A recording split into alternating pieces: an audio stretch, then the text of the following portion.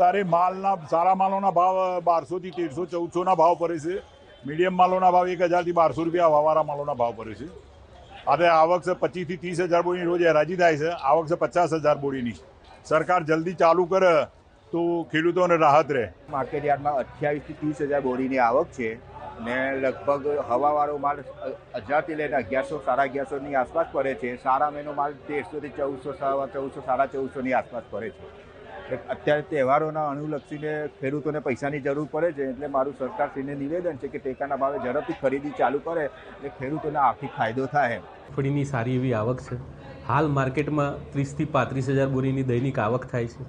ભાવની વાત કરીએ તો 900 થી 1500 સુધીના ભાવો પડે છે.